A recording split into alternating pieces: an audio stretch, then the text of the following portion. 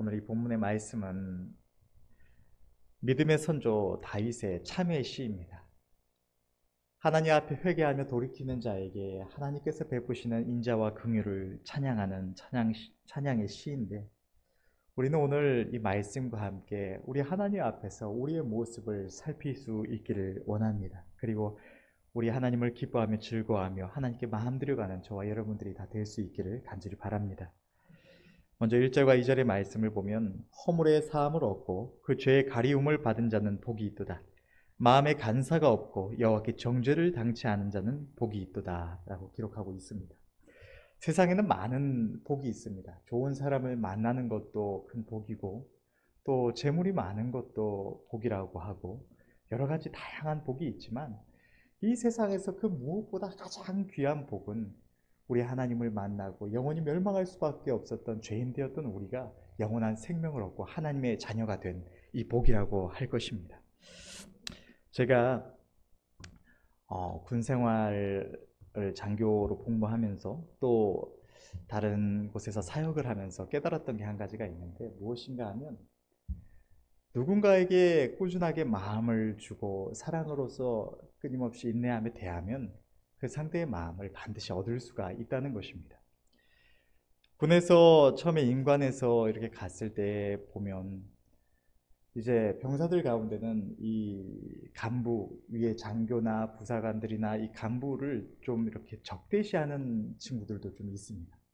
그리고 가까이 하기를 원치 않는 이들이 참 많은데, 제가 군 생활을 하는 동안 이렇게, 저는 사실 군 생활을 이렇게 목회 훈련의 어떤 장소라고 생각하면서 갔었습니다. 그러다 보니까 이제 이 친구들한테 많이 마음을 쏟고 이렇게 위해 주려고 마음을 먹고 갔는데, 그러다 보니까 이 처음에 마음을 열지 않고 어떻게든 이렇게 선을 긋고 적대시하던 친구들도 시간이 가면서 마음을 열고 가까이 하고, 제가 마음 쏘고 위해 준 것에 자기 나름대로 또 보답하겠다고 그렇게 모습을 보여오는 것을 많이 보면서, 누군가에게 정말로 사랑으로 대할 때, 누군가한테 인내하며 끊임없이 내가 상대를 위해 주고자 하는 마음으로 가까이 할 때는 상대의 마음을 얻을 수 있구나라는 것을 경험하게 됐습니다. 또 사역을 하면서도 어떤 알지 못하던 교회, 특히나 이전에 어떤 사역자에 대한 상처가 있거나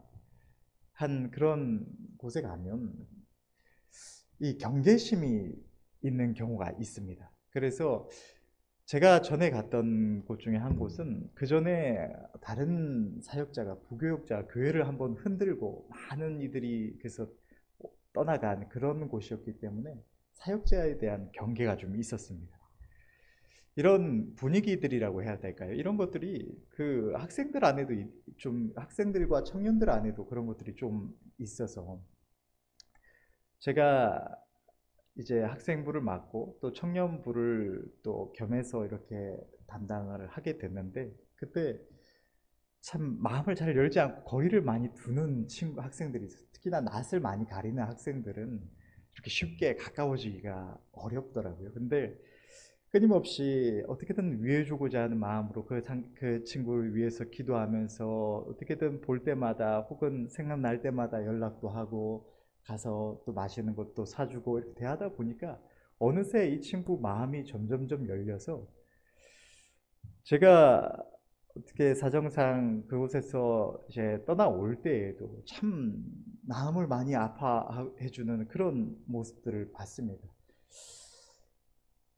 제가 왜 이런 이야기를 하느냐 하면, 세상에서 누군가에게 사랑으로 대한다는 것, 누군가에게 내가 오직 그 상대를 위해 주고자 하는 마음으로 대할 때는 이 세상에서 참 이 마음을 얻을 수가 있습니다.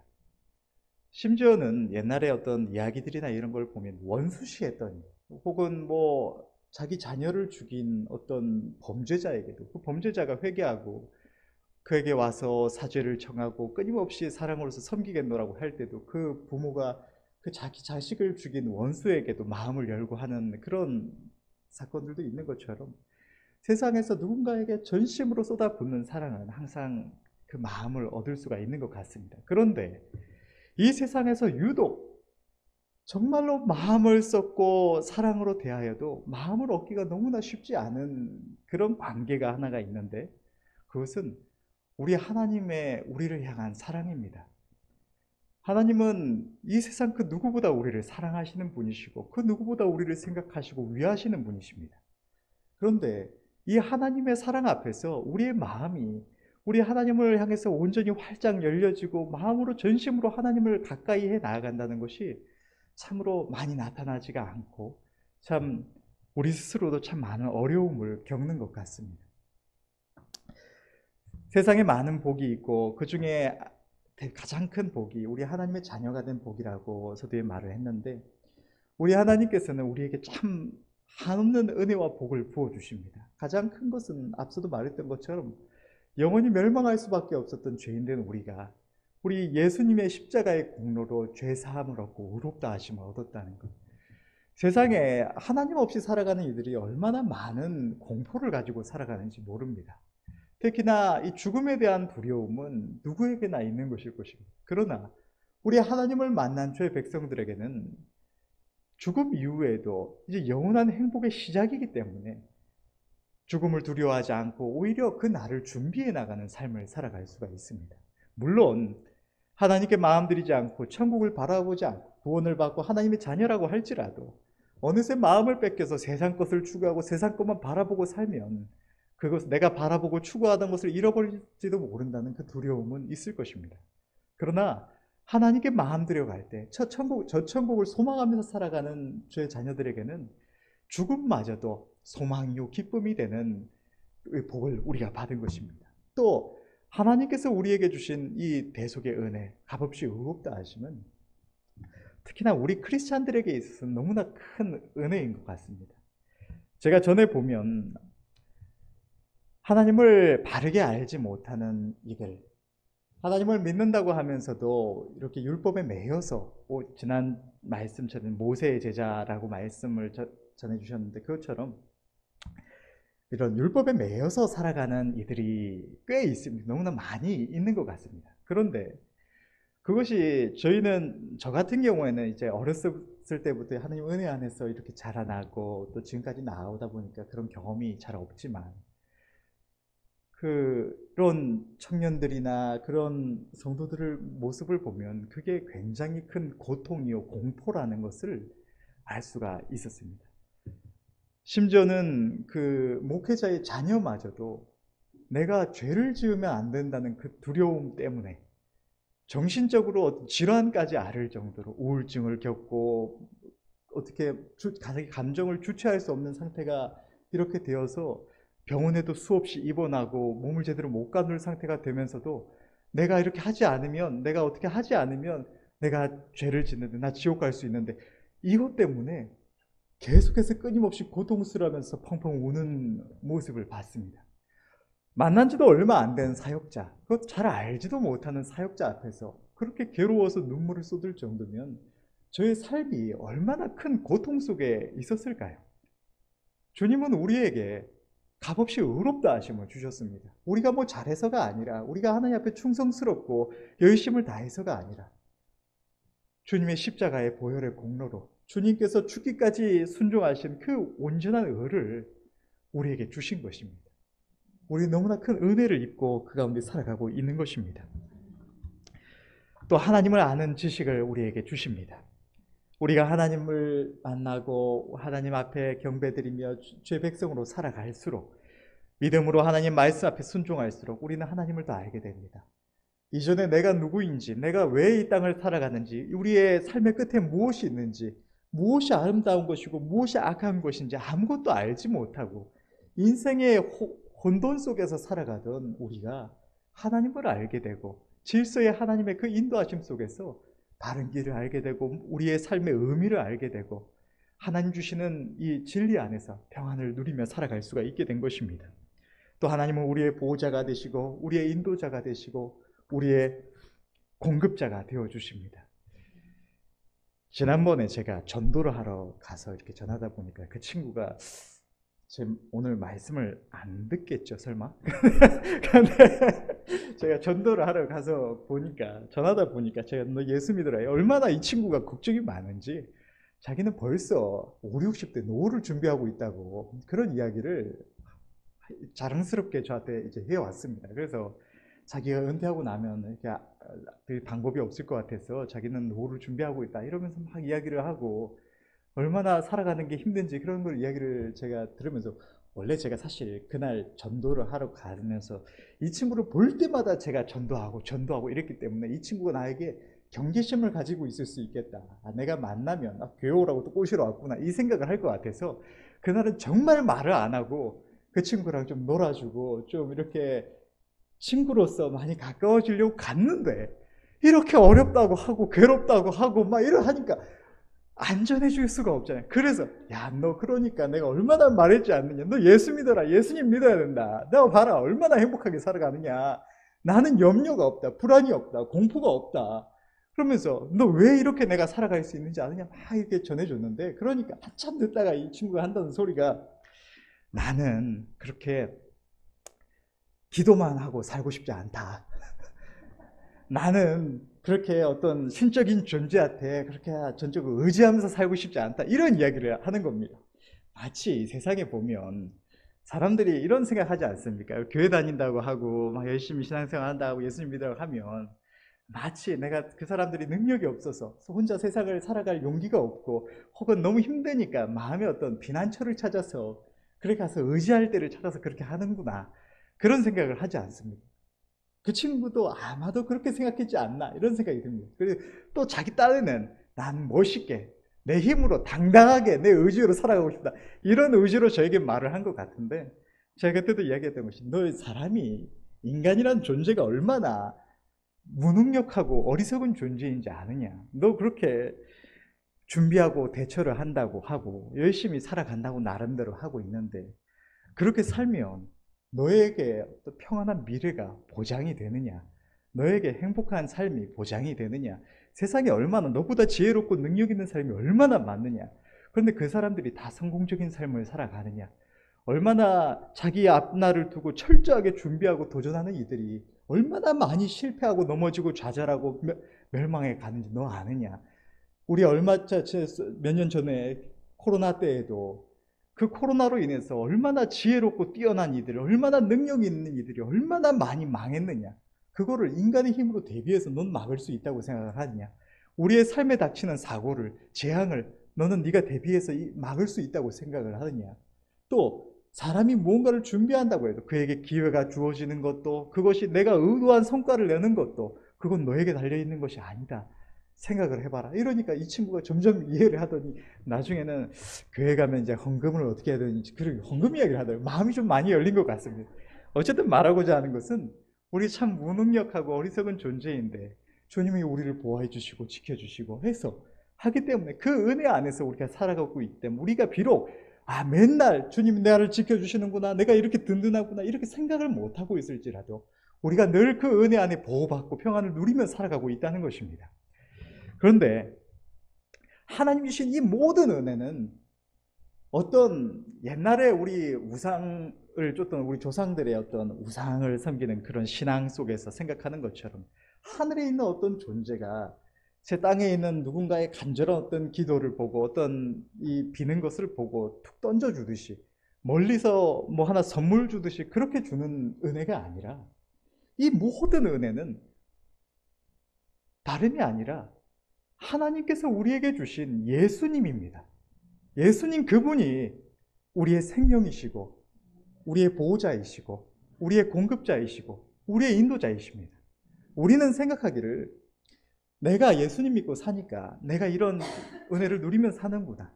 하나님께서 주셔서 그냥 누릴 뿐인 어떤 복, 이 세상에서 사람들이 생각하는 그냥 막연한 복처럼 그렇게 느끼기가 참 쉽습니다. 그런데 성경은 분명하게 말하고 있기를 하나님께서 주시는 이 모든 부요함이 예수 그리스도 안에서 우리에게 주어지는 것이라고 분명하게 기록을 하고 있고 하나님께서 우리에게 주신 것이 예수님 그분이라고 분명하게 기록을 하고 있는 것입니다.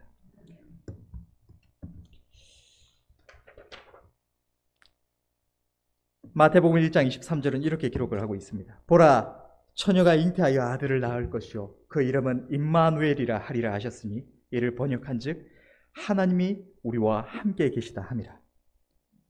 우리에게 임한 이 모든 복은 이 모든 은혜는 우리에게 오셔서 지금도 이 순간에도 우리와 함께하고 계시는 우리 주님께서 우리를 사랑하셨어. 그분이 행하시는 일입니다. 그런데 우리는 그 일을 행하시는 주체가 되시는 주님을 너무나 많은 순간에 망각하고 그분께 마음을 들이지 않고 막연하게 내가 복받고 평안 누리며 사는구나 이렇게 생각하고 말게 되는 것입니다.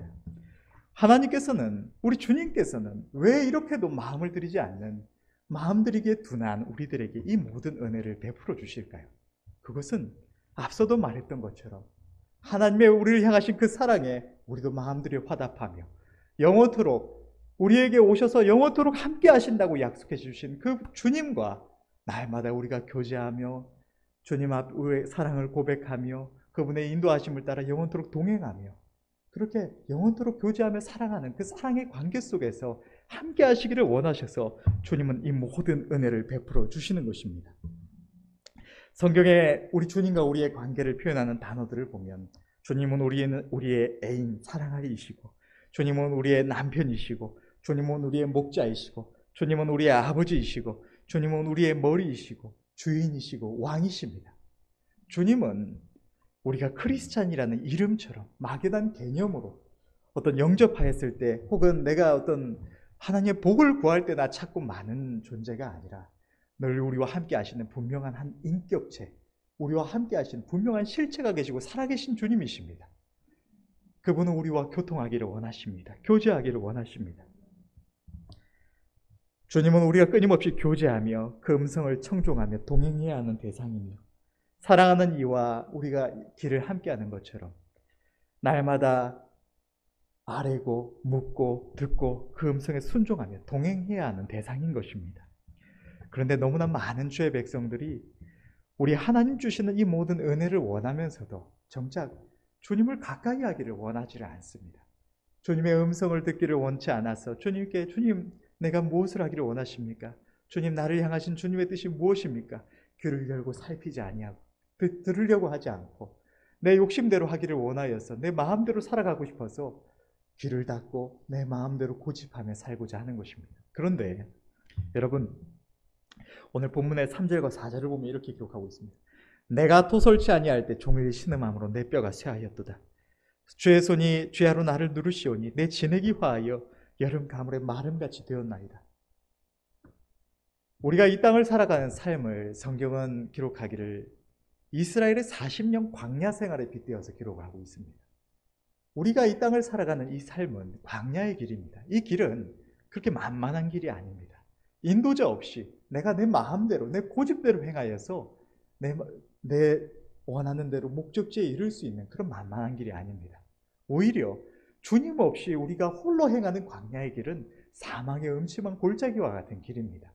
곳곳에는 맹수가 도사리고 있고 독사가 있고 대적이 있고 뜨거운 낮에는 땡볕이 밤에는 추위가 우리의 생명을 노리고 있는 그런 음침한 사막의 골짜기와 같은 곳이 이 광야의 길입니다. 이런 길을 우리가 내 마음대로 살고 싶다고 해서 살아간다면 우리를 지키시는 우리의 인도자가 되시는 주님을 떠나서 그 음성을 듣고 싶지 않아서 내 마음대로 고집하며 살면 당연하게도 광야의 고통이 우리에게 임할 수밖에 없는 것입니다. 오늘 본문에서 죄종 다윗이 고백하고 있는 것처럼 우리의 삶에 우리 주님을 떠남으로 말미암은 우리가 자초한 광야의 고난이 임하게 된다는 것입니다. 그러나 우리 하나님은 너무나 긍휼이 많으신 분이십니다. 우리가 주님께 귀를 닫고 우리의 마음의 고집대로 행하고 싶어서 주님께로 멀어지고 있을 때에도 주님은 끊임없이 우리를 찾아주시고 애타는 마음으로 목소리로 우리를 찾고 부르십니다. 그리고 우리가 회개하며 주님께로 돌아갈 때에 주님은 우리를 용납하여 주시고 용서하여 주시고 한없는 은혜로 우리를 맞아주시는 것입니다. 내가 오늘 본문의 5절부터 보면 내가 이르기를 내 허물을 여호와께 자복하리라 하고 주께 내 죄를 아뢰고 내 죄악을 숨기지 아니하였더니 곧 주께서 내 죄악을 사하셨나이다.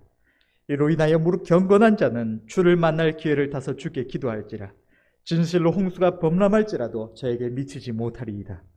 주는 나의 은신처이오니 환난에서 나를 보호하시고 구원의 노래로 나를 애우시리이다. 내가 너의 갈 길을 가르쳐 보이고 너를 주목하여 훈계하리로다. 주님을 떠난 우리 주의 백성들의 심령에는 또 우리의 삶에는 고통이 많을 수밖에 없습니다. 그러나 주님은 우리를 사랑하시고 우리가 설령 주님 앞에 잘못을 행하며 우리의 고집대로 행한다고 마음으로 주님을 멀리하고 있을 때에도 주님은 인자하시고 긍휼이 많으셔서 우리를 향하신 그 사랑이 변치 않으시고 우리가 돌아오기를 찾고 부르시고 계신다는 것입니다. 사실 저는 이게 얼마나 큰 은혜가 되는지 모릅니다.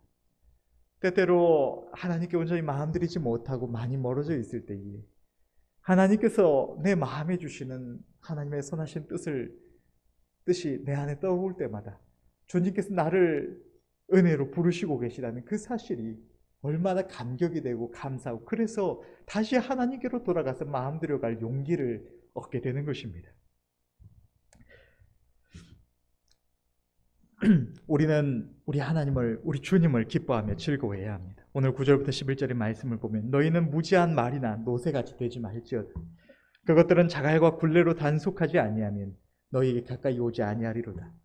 악인에게는 많은 슬픔이 있으나 여호와를 신뢰하는 자에게는 인자하심이 두르리로다. 너희 의인들아 여호와를 기뻐하며 즐거워할지어다. 마음이 정직한 너희들아 다 즐거이 외칠지어다.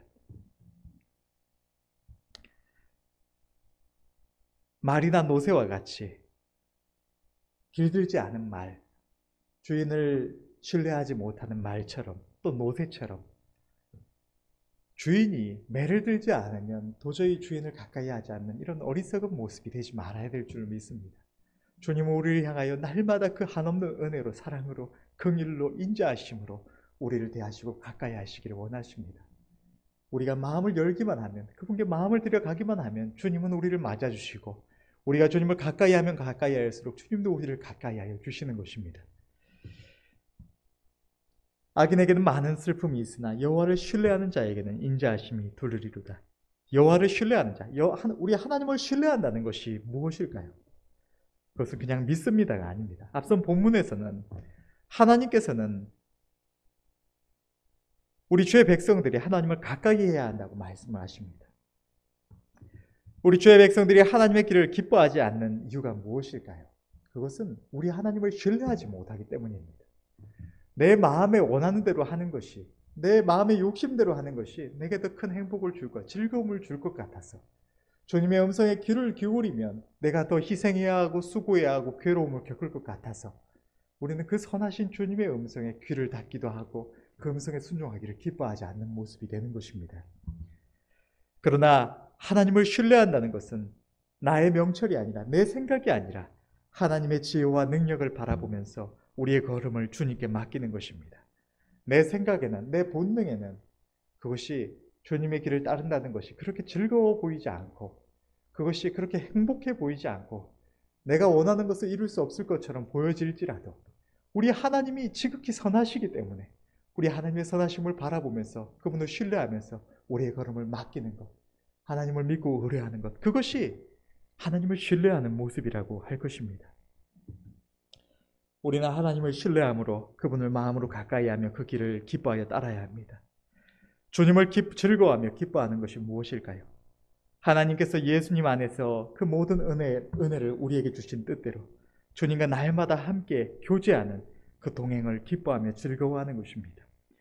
주님을 기뻐하며 즐거워한다는 것은 주님께서 내게 무엇이라고 말씀하실까 두려워해서 주님의 뜻을 묻지 않는 것이 아니라 주님의 음성 듣기를 즐거워해서 우리가 사랑하는 이의 음성 듣기를 즐거워하는 것처럼 그래서 전화도 하고 또 함께 이야기 나누는 그 시간을 즐거워하는 것처럼 주님의 음성을 즐거워해서 끊임없이 주님 앞에 우리도 사랑을 고백하고 주님의 나를 향하신 뜻이 무엇일지, 주님 내가 무엇을 하면 주님 기뻐하실까요?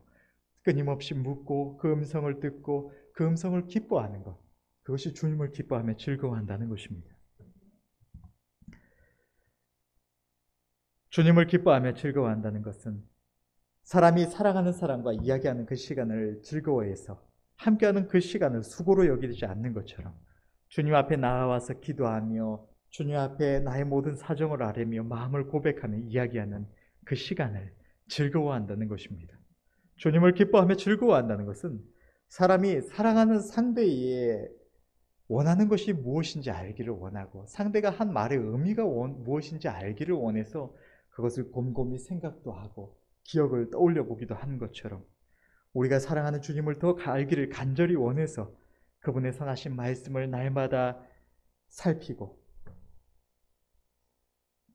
묵상하는 것입니다. 주님을 기뻐하며 즐거워한다는 것은 사람이 사랑하는 사람과 함께 길을 행하는 것을 마음으로 즐거워하여 그것을 수고로 여기지 않음처럼 주님이 행하시는 의롭고 선한 길을 우리도 마음으로 기뻐하여 그 길을 늘 찾고 구하며 따라 행하는 것입니다. 주님을 기뻐하며 즐거워한다는 것은 사람이 사랑하는 이가 준 선물을 소중하게 여기고 그것을 볼 때마다 기뻐하며 고마워하며 상대를 떠올리는 것처럼 주님이 우리에게 주신 모든 은혜를 소중히 여기며 그것을 기뻐하며 즐거워하며 날마다 생각하며 감사하고 또 그 모든 은혜를 주신 주님을 더욱 생각하는 것입니다. 또 주님을 기뻐하며 즐거워한다는 것은 결혼을 앞둔 사람이 사랑하는 사람과 함께할 날을 고대하며 아직 그 날이 임하지 않았음에도 그 날을 생각하며 즐거워하며 기뻐하는 것처럼 주님은 이미 우리의 참 남편이시지만 저 영원한 나라에서 주님과 영원토록 함께할 행복의 그 날을 날마다 바라보며 고대하며 기뻐하는 것입니다. 이것이 주님을 기뻐하며 즐거워한다는 것의 의미입니다. 우리는 주님을 기뻐하며 즐거워해야 할 줄로 믿습니다. 결론을 맺겠습니다. 하나님 안에는, 주님 안에는 하나님 주신 모든 부요가 있습니다. 세상이 알지 못하는 모든 행복이 그 안에 있습니다. 그러나 그것은 주님으로 말미암아 우리에게 주어지는 것이고 주님께로 말미암아 임하는 것입니다. 우리는 주님 그분을 기뻐하며 즐거워해야 할 줄로 믿습니다. 마음으로 날마다 주님을 기뻐하여 그 음성에 귀를 기울이고 그분의 길을 즐거워하고 그분을 신뢰해야 합니다. 내 마음에, 내 생각에 원치 않는 길, 좋아 보이지 않는 길이라도 비록 고통스러운 길처럼 보여질 수도 있고 내가 가고 싶지 않은 길처럼 생각되어질 수도 있지만 그 길을 인도하시는 우리 주님의 선하심을 바라보며 신뢰하며 감사하며 따라가는 것, 그것이 주님을 기뻐하며 즐거워하는 자의 모습인 것입니다. 주님의 말씀을 기뻐하여서 주님의 뜻 알기를 원하여서 주님의 말씀을 묵상하고 주님과 함께 이야기하는 시간을 기뻐하여서 기도하는 시간을 즐거워하고 날마다 주님과 교제함을 주님께 마음 들여서 힘써 나아가는 것, 그것이 주님을 기뻐하며 즐거워하는 자의 삶인 것입니다. 우리의 삶의 목적이 여기 있습니다. 이 세상의 모든 것들은 잠시 후면 불타 없어질 허망한 것들입니다. 그러나 우리 주님과 함께하는 이 교제는, 이 사랑의 관계는 영원히 지속될 것이며 우리는 그 관계 속에서 영원한 행복을 누릴 것입니다. 주님을 사랑하며 온 마음을 쏟고 주님을 기뻐하며 즐거워하는 저와 여러분들이 될 수 있기를 간절히 바랍니다. 기도하겠습니다.